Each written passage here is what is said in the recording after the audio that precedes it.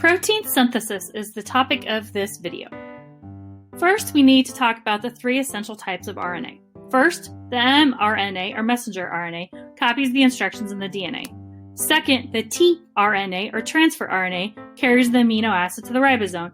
And finally, the rRNA, or ribosomal, just creates the ribosome. Protein synthesis occurs in two major steps. One, transcription. This occurs in the nucleus and makes messenger RNA. And two, translation. This occurs in the ribosome and the final product is a protein. Transcription. The purpose, to carry the coded instructions out of the nucleus. It is to make messenger RNA, because remember, DNA never leaves the nucleus and proteins are made in the cytoplasm by the ribosomes, so that a messenger RNA takes these coded instructions to the ribosome to make the protein. What do you need to remember? Location of transcription is in the nucleus where the DNA is located. It begins with the DNA of the nucleus and it ends with the newly made messenger RNA. Transcription begins when the DNA splits and the complementary RNA base pair matches the corresponding DNA. The RNA is checked and the DNA winds back up, and then the messenger RNA is ready to leave the nucleus. Translation. The big purpose here is to follow the instructions in the messenger RNA from the DNA to make a protein.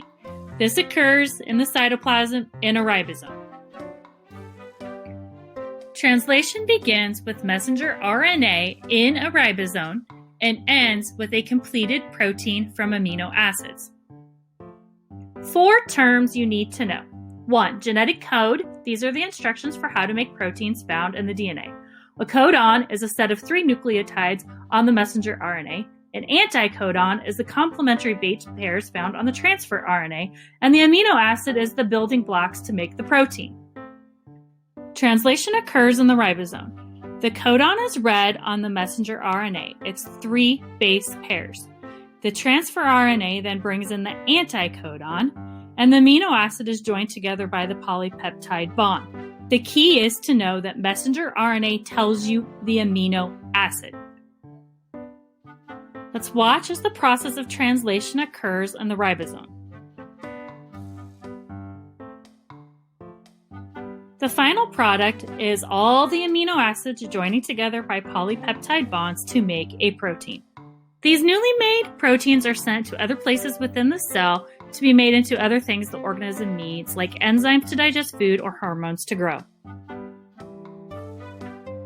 That's all for today's lesson on protein synthesis.